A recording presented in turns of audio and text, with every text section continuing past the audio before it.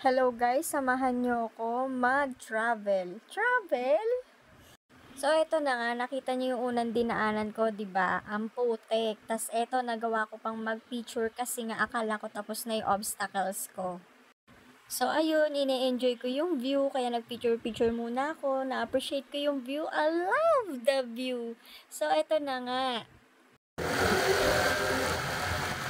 Woo! Ay, tumapigay.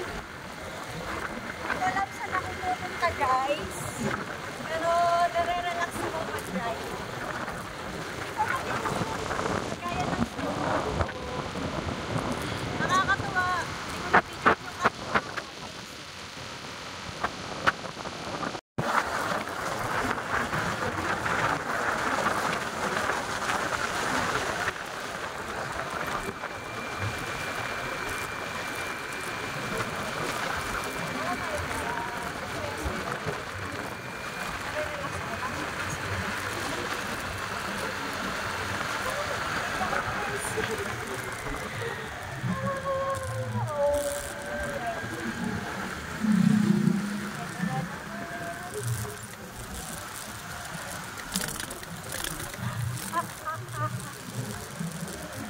Masarap road yung kanina.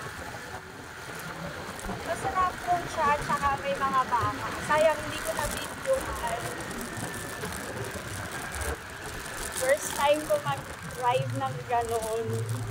Pero, nakakatuwa, amazing. Hindi ko nga alam kung nasan na ako. Hindi ko alam, pero nag-i-enjoy ako mag-drive.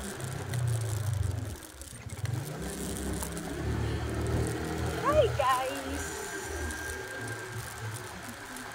Hindi ko alam saan ako. Oh my God, eto na. Tingnan nyo naman. Oh, OMG. See?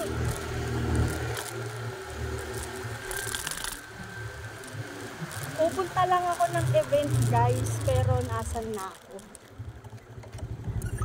Oh my God. Talaga bang dito ako dadaan? Oh shish.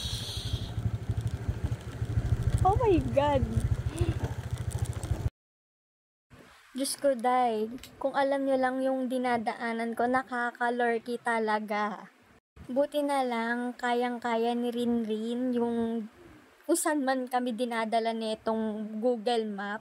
At saka, alam mo yun, ang lakas ng braso ko dahil konting mali lang pagdadrive ko talagang sesemplang at pupunta kami sa palayan or sa sapa or ilog na to. Medyo nag-post ako dito naghihintay ako or chine-check ko yung Google Map ko kung nasa na ba talaga ako, kung tama pa itong tinatahak ko, kung tama pa ba itong desisyon ko, baka saan ako nagpupunta, baka sinusundo na ako.